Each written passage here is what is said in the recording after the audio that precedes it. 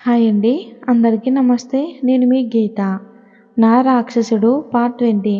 కృష్ణ సరే ఇప్పుడే కాల్ చేస్తానని రాజ్కి ఫోన్ చేశాడు.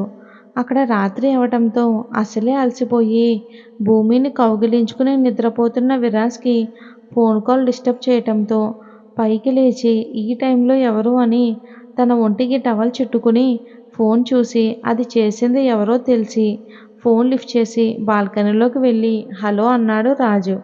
అట్నుంచి కృష్ణ, బావా ఎలా ఉన్నారు? మా చెల్లి ఎలా ఉంది? అని అడిగాడు.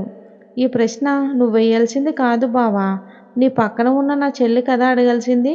నీ పక్కన ఉన్న నా చెల్లి చెప్తేనే కదా ఫోన్ చేసావని అన్నాడు రాజు. ఫోన్ స్పీకర్ ఆన్ చేసి ఉండడంతో తన మాటలు నందన్, పల్లవి ఇద్దరు వింటున్నారు. కృష్ణ చేతిలో ఫోన్ తీసుకుని స్పీకర్ ఆఫ్ చేసి కొంచెం పక్కకు వెళ్ళి, అన్నయ్య భూమి ఎలా ఉంది అని అంది. తను పడుకుంది అని అన్నాడు రాజు. పల్లవి తను బానే ఉంది కదన్నయ్య అని అంది. ఆ రోజు భూమిని తన అన్నయ్య గదిలో ఎలా చూసిందో గుర్తు చేసుకుంటూ రాజ్ బానే అంటే అని అన్నాడు. పల్లవికి ఎలా చెప్పాలో తెలియక, అది అన్నయ్య, నువ్వు తన్ని బలవంతం చేయటం లేదు కదా అంది భయంగా. రాజ్ పెదవుల మీద ఒక కన్నింగ్ నవ్వొచ్చి మాయమయ్యింది. రాజ్, పల్లవి మా ఇద్దరి మధ్యలో ఏం జరిగింది అనేది నీకు చెప్పాలి అని నేను అనుకోవటం లేదు. ఎందుకంటే అది మా వ్యక్తిగత విషయం. ఇక నీ ఫ్రెండ్ గురించి నువ్వు దిగులు పడకు. తను బానే ఉంది. జెట్ లాగ్ వల్ల అలసిపోయి నిద్రపోతుంది. నువ్వు తనతో మాట్లాడాలి అంటే ఉదయం తను నిద్ర లేచిన తర్వాత కాల్ చేస్తాను. ఇప్పుడు నాకు నిద్ర వస్తుంది. నేను కూడా బాగా అలసిపోయాను.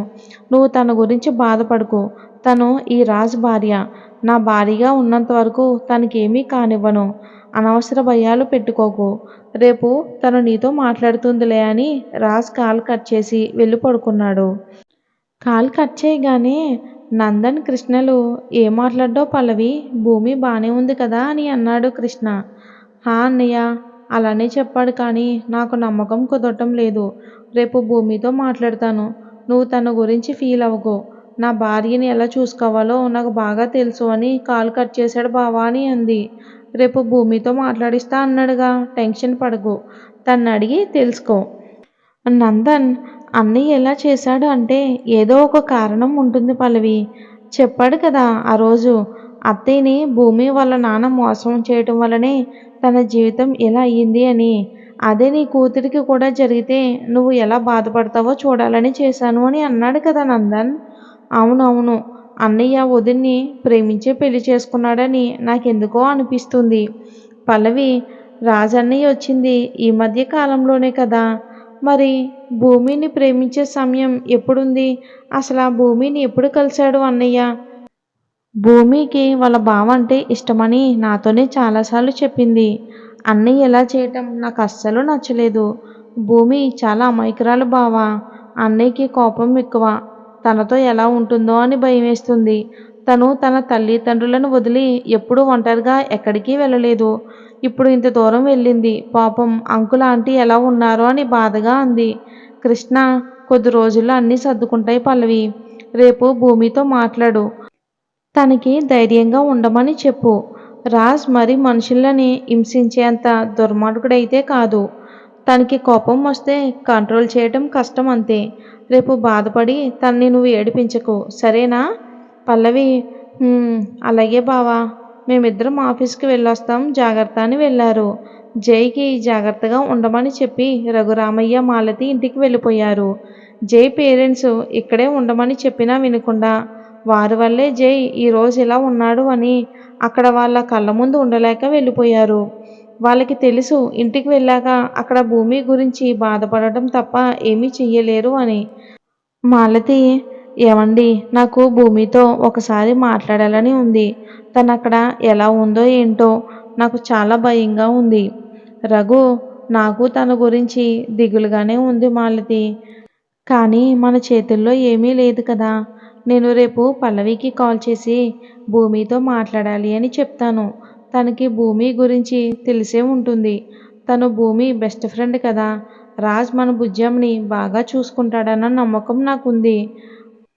ఏమోనండి, నాకు ఆ అబ్బాయిని చూస్తేనే అలా అనిపించడం లేదు అసలు. మీరు చూశారు కదా, మన ముందే భూమిని ఎంతలా భయపెట్టాడో.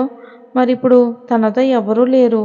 ఇంకిప్పుడు భూమిని ఎంత బాధ పెడుతున్నాడో ఏంటో తలుచుకుంటేనే చాలా బాధ అనిపిస్తుంది.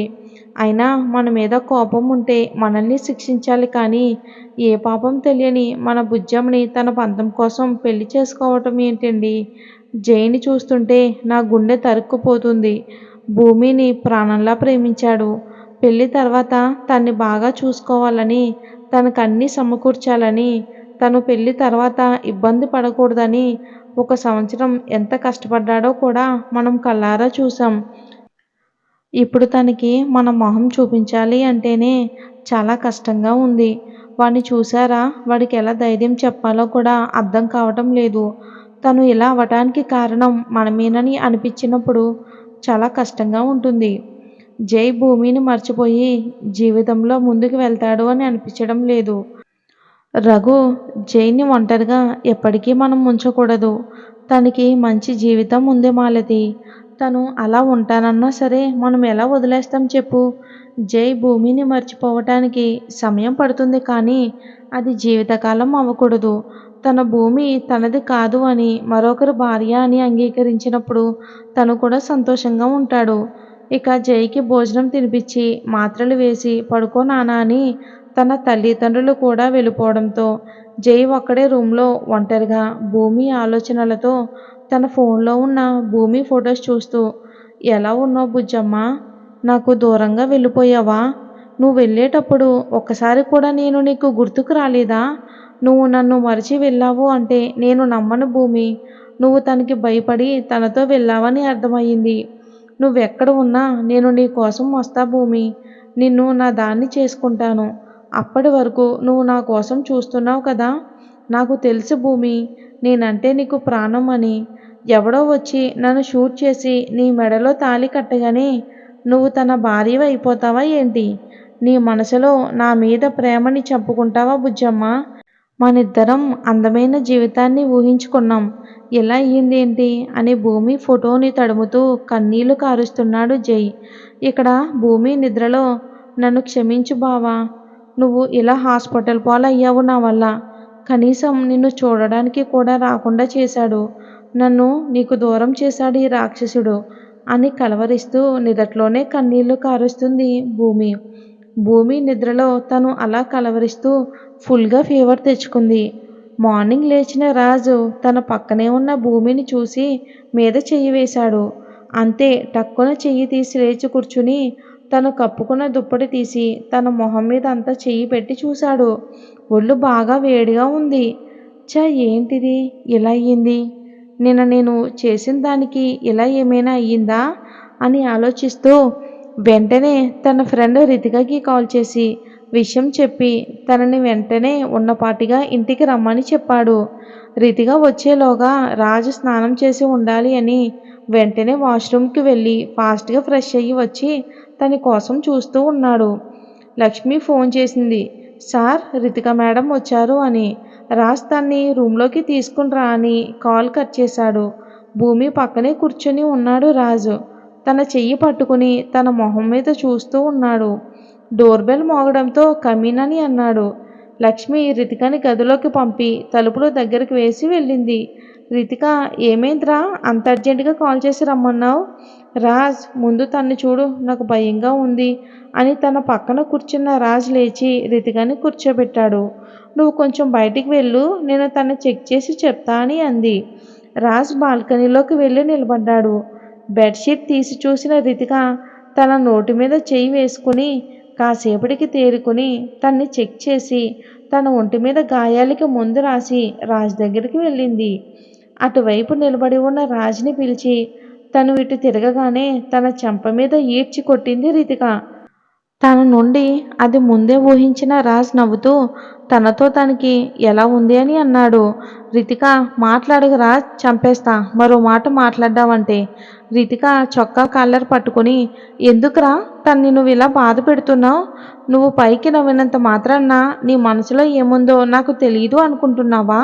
నాకు తెలుసురా, ఎందుకు ఇలా చేసావు అని రితిక తన్ని నిలదీస్తుంటే రాజ్ రితికని గట్టిగా కౌగిలించుకున్నాడు.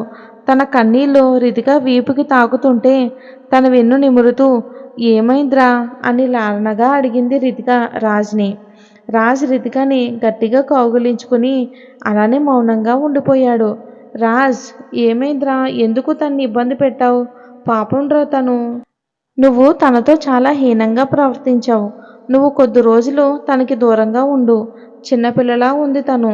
నువ్వెందుకు ఇలా చేస్తున్నావో నాకు తెలియదు కానీ తన్ని ఇంకోసారి ఇలా ఇబ్బంది పెట్టకురా. నీకు నేను చెప్పింది అర్థమైందనుకుంటా. రీతు చెప్పింది విన్న రాజ్కి భూమి పరిస్థితి తెలిసి తన్ని ఎంతలా ఇబ్బంది పెట్టానని తలుచుకుంటేనే తన కంట్లో కన్నీళ్లు ఆగకుండా వస్తున్నాయి. రీతు భుజం మీద రాజ్ కన్నీరు పడడంతో తన వెన్ను నిమురుతూ రాజ్, కంట్రోల్ రా, ఏమీ కాలేదు. భూమికి ఫస్ట్ టైం కదా. నువ్వు అలా వైల్డ్గా బిహేవ్ చేయటం వలన తనకి జ్వరం వచ్చింది అంతే. రితిక నుండి దూరం జరిగి తన కన్నీళ్లు తుడుచుకుని తను నాకు ఎక్కడ దూరం అయిపోతుందో అని ఇలా చేశాను రీతు. ఇష్టంతో దగ్గర అవ్వాల్సిన నేను తన్ని ఇలా బలవంతం చేస్తుంటే నాకు ఇక్కడ ఎంత నొప్పిగా ఉందో తెలుసా. తన బావ అంటే తనకి ప్రాణం రా. నేను మా బావ దగ్గరికి వెళ్ళిపోతాను అని అనుకుంటే కోపంతో అలా చేయాల్సి వచ్చింది రీతు. రాజ్ చేతులు పట్టుకుని నువ్వు కోపంతో కాదు రాజ్ తనకి దగ్గర అవ్వాల్సింది, ప్రేమతో. నువ్వు తన్ని ఎంతలా ప్రేమించావో మాకు తెలుసు కానీ తనకి తెలియదు కదా. అయినా ఇప్పటికీ మించిపోయింది ఏమీ లేదు. ఇప్పటి నుంచైనా తనతో ప్రేమగా ఉండు రాజ్. అది జరిగే పని కాదు కానీ ఇప్పుడు తనకు ఓకే కదా. రీతు, రే దుర్మార్గుడా, నువ్వు ఏడిస్తే పాపం అనుకున్నాను చూడు. ఛీ. సరే కానీ నువ్వు వెళ్ళు. అక్కడ నీ మొగుడు నువ్వు కనిపించకపోతే ఏడుస్తాడు. మరి ఇది ఫ్రెండ్స్, మరి వచ్చే భాగంలో ఏం జరిగిందో తెలుసుకుందాం.